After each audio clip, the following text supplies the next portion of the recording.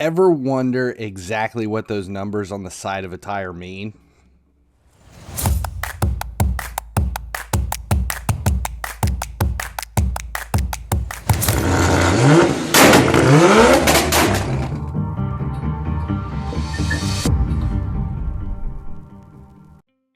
Finally, he sleeps, and today we're going to take a brief look at what all those numbers on the side of a tire mean. Actually, this is a new episode in my series on the Project S10 that we're building, but you'll understand here in a minute. First, though, make sure you subscribe here at YouTube and turn on notifications. It's easy and it's free, and it does make a big difference here on the channel. Okay, on the side of a tire, there are a series of numbers. It's obvious that, they let you know how large the tire is or what size it is. Normally, you'll just match up what's already on your car, but what if you're building something and you're looking for a change for whatever reason? Then you need to really know what those mean so you don't waste your money. Enter the Project S10, a ragged out 1998 extended cab. We picked up as a chance to build a lowered toy and pump out some interesting content for the channel in the process. We've already fixed everything mechanical and it's running great, but with all the suspension work, the stock wheels and tires are causing some serious problems up front. Inside the front fender, the front end is actually sitting on the tire, so there's a lot of rubbing up front. Every time you corner or decelerate, the sound and more importantly, the smell of burning rubber is, well, it's a problem. Easy fix, just a lower profile tire. Here's why we're talking about the numbers on the side of the tire to figure this out. The stock tires on the S10 were 215/75 R15s. Now, in order to know what size of tire I want to go with, I first need to know what those numbers, what they represent. First, you'll have a letter, most likely a P or LT. P stands for passenger vehicle, and LT stands for light truck. Now, this is more about depth of treads and construction on the sidewall. Passenger tires can go on a small truck, but you wouldn't want to put truck tires on a car. Now, we're not building a truckety truck, so passenger tires are perfect for what we're doing. Next, you have a 3-digit number. That's the width of the tire in millimeters. Now, for normies, that's how much of the tire that's sitting on the ground. For custom builds where maybe a stretch is going to come into play, it's better to think of this number as the width of the tread. Now, for the stock tire at 215, that's 215 millimeters in width, which is basically about 8.5 inches. Now, after the forward slash, you'll have a 2-digit number. That's the aspect ratio of the sidewall compared to the tread width. For stock, it's a 75. That means that the sidewall is 75% of the width, or 161 millimeters, which is about 6.3 inches. Next, you'll have an R, which stands for the construction of the tire. It does not stand for radius. It stands for radial construction. Now, radials are standard today, but years ago it was common to see a B for belted bias or a D for diagonal bias. The last 2 digits are the diameter of the wheel the tire fits. Now you know why the R isn't radius. See, it's the diameter. That number is in inches as well. This is the size of the wheel or the metal thing, the tire or the rubber thing attaches to. Now, I'm going to interject here because being Generation X and born into the car show scene in the late 80s, street slang called the wheel, the metal thing, the metal thing in the middle, we called that the rim. So you bought tires and then you put them on the rim and the finished product became your wheel.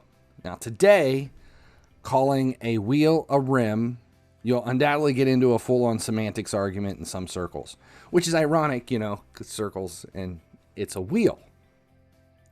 Back to the truck. Now, if my tire is rubbing the inside of the fender, the sidewall is too tall. We figured out already that a 215/75 R15 tire has a 6.3 inch sidewall. Now the truck, because it's not a stiff suspension, does float and bounce 1 to 2 inches as it drives, just along the the path down the road. Even with the suspension upgrades of stiffer, shorter springs and dropped control arms and everything that we've done, this truck still floats. It's a truck. It's not a car. It's not on stiff coilovers or anything like that. So a 195 45 R15 has a width of 195 millimeters and a sidewall 45% of that, or 3.5 inches, which is 2.8 inches less than the stock. So with a 1 to 2 inch float as it drives, 2.8 inches should do the trick safely. Now, here's where the stretch comes in. Now, remember that first 3-digit number, which lets you know how wide the tread is?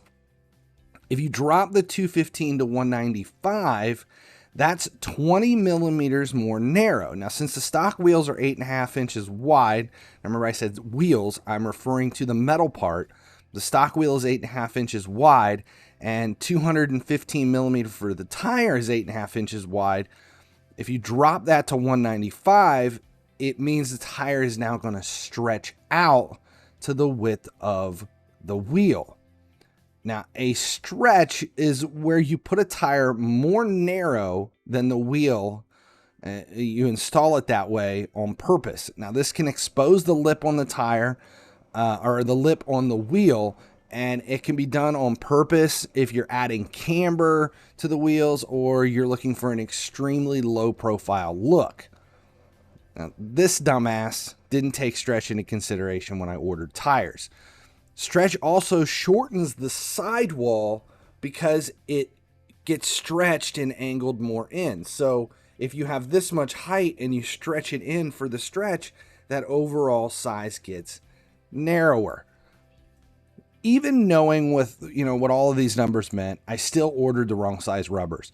On the good side, instead of a 2.8 inch gap between the tire edge and the inner fender, I'm closer to 4 inches with the stretch. But instead of lowering the truck 2.8 inches, which was pushing the limits as it was, I'm now laying frame on the driveway with a 4-inch drop. If you put it on the flat of the street, I have like 3/4 of an inch clearance, but it's a truck with 1 to 2 inches of float, so it basically just drags down the road. Now back to the drawing board, and yes, I know building something like this is a lot of trial and error, but I'm really just not into wasting a bunch of cash in the process. If we go back, number 3 on the right is my stock setup. So those are the tires that were on the wheels when it was brought out of the factory. Now, on the left is the 195 45 R15 that I bought that pancaked the truck. So next up, I'm basically splitting the difference here in the middle with a 215 60 R15. So the 215 is the same, so there's no stretch because it's still 8.5 inches wide, 215 millimeter in tread width, but a 1.2 inch drop in sidewall with a 15% change in aspect ratio. Now, probably still rub on the inner fender well from time to time, but that's better than leaving scrape pavement in my wake no matter wherever I drive. Now, it's a balancing act. If you're building something and interested in changing the tire size, this should help. Now, there are a couple of things to remember before we end this. A lower profile sidewall like I'm doing is going to throw off a lot of things in whatever you're putting it on. The overall width of the finished wheel and tire needs to line up with what the speedometer thinks the car has. Otherwise, you're going to skew your speedometer and subsequently the odometer and your gas mileage. The stock size is 27.7 inches overall. That's the diameter from the top of the rubber to the bottom of the rubber. And that means it's going to rotate 729 times to go a mile of travel. If we drop it to what I'm going to be doing with the final size that I end up going with in the middle, that's 25.2 inches overall, and it now has to rotate 802 times for every mile of travel. That means when the speedometer reads 60 miles per hour, it's only going to be rotating the wheel 729 times every minute because it's based on the stock size of the tire. But with a smaller tire, 729 revolutions is only going to take the vehicle 4,799 feet instead of the 5,280 feet, which is basically means the truck's going to say it's moving 60 miles an hour, but it's really only moving 40 or 55 miles an hour. But in the case of the S10, it doesn't even matter for me because I'm only changing the size of the front to add rake. The truck is rear-wheel drive, and in this case, the speedometer is based on the transmission output and drive shaft rotation. But it could throw off the ABS system because of the staggered tire sizes. It's really a lot to think about. Hopefully, you at least have a better idea of what those numbers on the side of the tire are for now. If this helped, or you want to just follow along on the Project S10 build, make sure you subscribe here at YouTube. It's cheap, it's free, does make a big difference. I'm Finally He Sleeps. As always, as long as you keep watching, I'll keep making videos.